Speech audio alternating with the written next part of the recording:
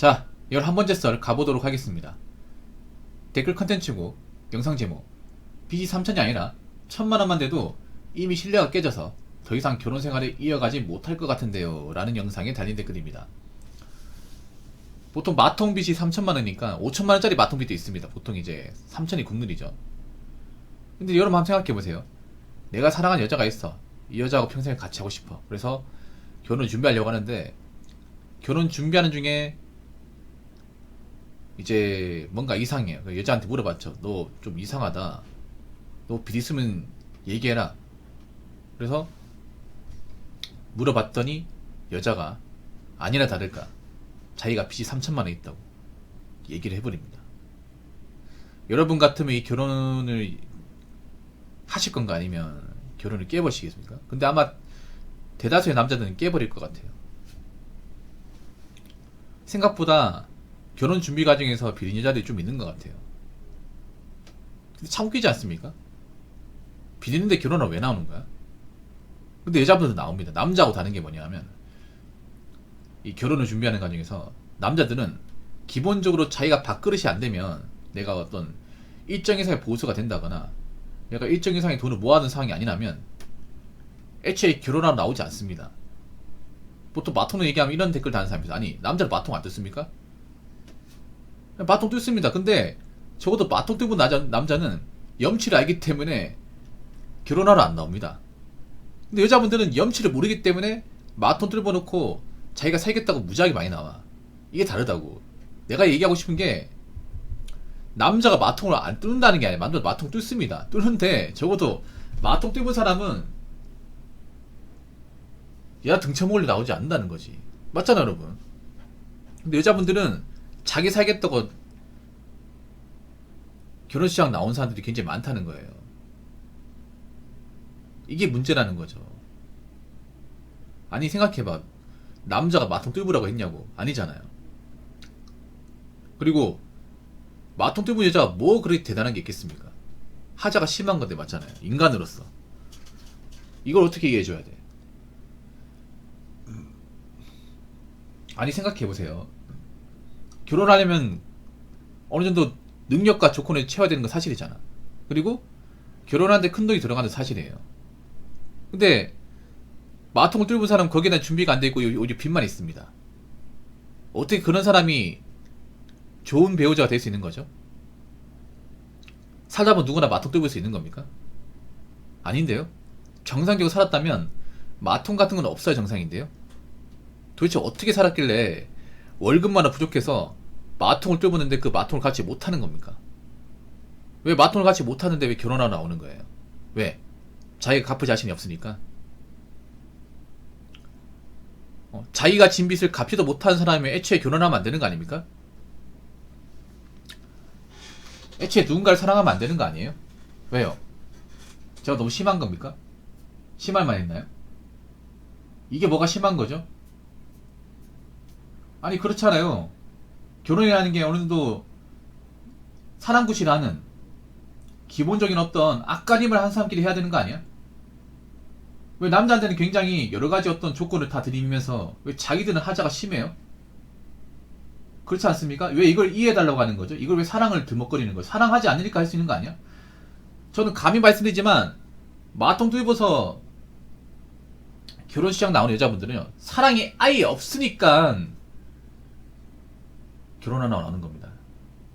애초에 사랑이 없는 사람이에요. 사랑이 결여됐으니까 남자한테 빚을 떠넘길 수가 있는 겁니다. 자기 살겠다고. 생각해봐. 저는 이렇게 생각해요. 남녀가 사랑하는 게 뭐냐 하면 서로 간에 신뢰를 깨트리는 행동을 하면 안 되는 거. 근데 이건 신뢰가 누구나 박살날 수 있는 거잖아요. 알게 되면. 이런 거 가지고 사랑 운운하는 것 자체가 사랑하고 아무 상관도 없는 사람입니다. 그러니까 우리가 다시 한번 생각해보면 여자가 빚을 지고 온다는 것은 나를 아예 사랑하지 않으니까 가능한 거예요. 그런 여자하고 결혼하시겠어요? 안 한다는 거죠. 여자분 잘 들으세요. 어떻게 남자가 이런 것도 안 해주냐? 여자를 좋아하면 이 정도 해줘야 되는 거 아니냐? 그럼 본인 뭐 해줄 건데 그러면? 해줄 수 있는 게 뭐가 있습니까 이게? 이 결혼이라는 게 어느 정도 등가교환 해야 되는데 등가교환이 전혀 안 되잖아요. 남자한테 뭔가 많은 걸 해주고 많은 걸 바라고 많은 걸 요구하고 정작 그 여자는 남자한테 해주는 게 없고 오히려 마이너스 자살 넘기고 이게 무슨 결혼입니까? 밸런스가 안 맞잖아요. 밸런스가 이미 박살나 있는데 어떻게 행복한 결혼 생활이 가능하다는 거죠? 그리고 그렇게 마통을 뚫은 여자가 어떻게 결혼해서 결혼 생활을 잘할까요? 전 장담하는데 마통을 뚫은 여자는 절대 결혼 생활을 잘 못합니다. 왜냐? 이 마통 뚫은 여자 자체가 본인이 생활하는 게 뭔가 문제가 있다는 거거든. 자기가 생긴 문제를 해결도 못하는데 결혼해서 잘 산다 말이 안 됩니다. 오히려 결혼하면 문제가 더 생깁니다. 그리고 저렇게 마통을 뚫었다는 것을 알고도 방치한 저 딸 가진 집안도 문제가 많습니다. 문제가 없을 리가 없습니다. 왜냐, 우리가 결혼할 때 생각해보세요. 그 여자 쪽에서 돈이 있었으면 돈을 보태줬겠죠. 근데 마통 뚫고 이제 결혼식 나왔다는 거 분명히 알았을 거야. 알았음에도 말리지 않고 그대로 뒀다는 거는 저 여자 쪽 집안도 멀쩡하지 않다는 거예요. 그래서 여러분들 마통 뚫은 여자 집안 꼼꼼히 따져보세요. 그 집안에 제대로 일하는 사람 있는지, 돈이 있는지 없을 겁니다.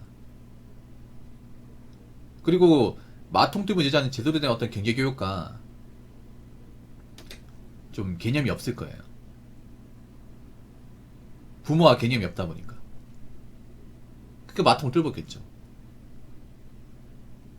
부모도 돈이 많고 열심히 살고 교육 수준이 높다면 마통 같은 거 안 하겠죠. 자녀가 마통 뚫는 걸 말리겠죠. 못하게 하겠죠. 그리고 애초에 마통을 뚫은 여자 중에 능력이 좋을 리가 없습니다. 여자가 돈을 많이 버는데 마통을 뚫었다 그런 사례 본 적 없어요. 능력은 없는데 하고 싶은 게 많아가지고 이것저것 지르다 보니까 마통을 뚫었겠죠. 그래서 우리는 철저하게 결혼시장에서 검증을 거쳐야 됩니다. 검증을 거쳐서 이런 비리 있는 분들, 인간구시 못하는 분들 더 이상 못 나오게 해야 돼요.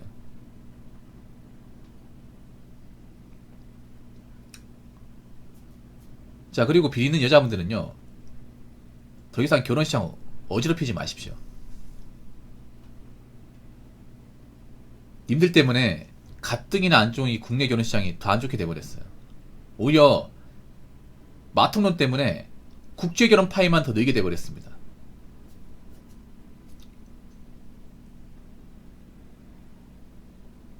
오히려 국결을 희망하는 사람이 더 많아졌어요. 한국은 답이 없구나. 적어도 국제결혼 마통이 없잖아요. 맞잖아 여러분. 적어도 외국 여자들은 마통이 뭔지 몰라. 자기 나라에 없는 거니까. 한국에서만 가능하단 말이에요.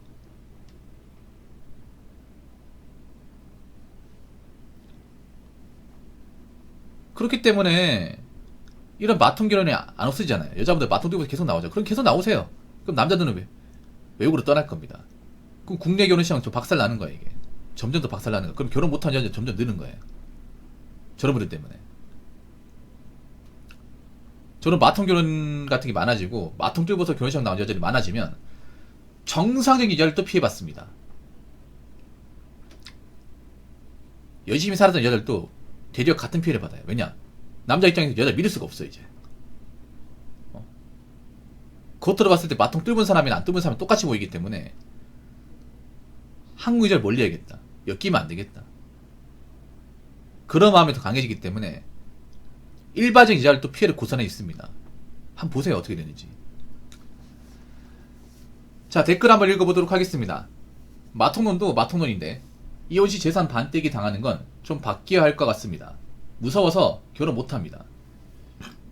근데 마통 결혼 같은 경우에는 사실 반반 안 됩니다. 왜냐하면 마통은 유책 사유가 명백하기 때문에 만약 이제 마통 뚫어서 결혼했다는 걸리게 되면 여자가 이제 거의 뭐 얼마 못 받고 나옵니다. 근데 이제 일반적인 결혼에서 이제 반반은 좀 심하죠. 흔히 이런 말 있잖아요. 가성비의 5년, 약속의 10년. 네, 그래서 이제 결혼기간 어떻게 10년 채우면 반반 떼어줘야 된다. 사실 우리나라 결혼이 남자한테 너무 불리합니다. 여자한테 절대적으로 유리하고. 그래서 여자들이 이걸 노리잖아. 어차피 이혼해도 손해가 아니기 때문에. 왜 손해가 아니냐? 우리나라 결혼시장에서 반반 결혼이 없거든요. 우리나라는 전 세계에서 소득 동전 지수가 꼴등입니다. 꼴등. 그러니까 소득 동전 지수가 가장 낮아요. 그러면 소득 동질론 지수는 뭐냐? 그러니까 소득이 비슷한 사람끼리 결혼하는 비중이 얼마나 되냐. 그래서 소득 동질론 지수가 낮으면 뭐냐 하면 소득 편차가 많이 나는 사람끼리 결혼하는 거야. 한쪽은 돈이 많지만 한쪽은 돈이 없는 거야. 그리고 우리나라는 일반적으로 소득 편차가 많이 나는 사람끼리 결혼합니다. 그 말은 뭐다? 남자 쪽은 돈을 많이 가지고 있지만 여자 쪽은 돈을 적게 가지고 오는 거예요. 저 이 결혼도 문제 있다 생각하거든요. 맞잖아요. 언제까지 남자가 항상 많은 거 들고 와야 돼? 항상 왜 남자가 모든 거 다 책임져야 됩니까? 맞잖아요. 여자 대학 나오고 직장 다니잖아. 그럼 분담해야 되잖아요. 그리고 여자분들이 보통 결혼시장에 돈을 적게 가져와도 된다 생각하는 분들이 많아. 근데 웃긴 게 그런 거잖아. 그러면서 아파트 공동명의 생활비 달라고 하잖아요.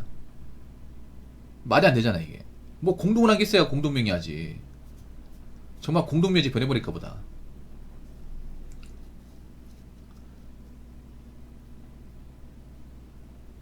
그래서 비슷한 집안끼리 결혼해야 돼요. 반만 결혼해야 된다니까. 반만 해서 이혼해야 반만씩 떼이더라도 손해가 아니잖아, 여러분. 그렇지 않습니까? 어차피 반반씩 부담했으니까. 근데 왜 저게 손해냐면 애초에 반만 결혼 별로 없으니까. 남자 쪽에서 일방적으로 부담하는 결혼이 기본화 되다 보니까 여자 쪽에서는 손해가 아닌 거죠. 우리 집에서 어차피 결혼할 때 얼마 안 못했으니까 좀 살다가 이혼해도 어차피 남자 재산 더 많이 떼올 수 있으니까 여자 입장에 손해가 아니다 이거잖아. 여자들이 보통 이런 쪽으로 머리가 잘 돌아가거든. 자기가 이득 보는 거 있잖아요. 근데 이런 이득 보는 문화 때문에 남자들이 앞으로 반만 결혼할 거예요. 반만 결혼. 그래서 여자분들은 결혼하려면 남자들이 가지고 오는 결혼 자금 있죠. 그 반 조건을 채워야 돼.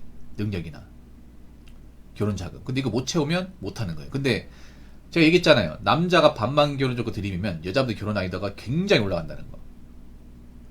왜냐하면 절대 다수 여자분들은 남들이 어떤 경제적 능력, 이 결혼 자금 맞추지 못합니다.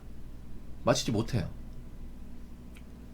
근데 못 맞추면 이제 남자들이 결혼 안 할 거라고. 근데 남자 앞으로 있잖아요.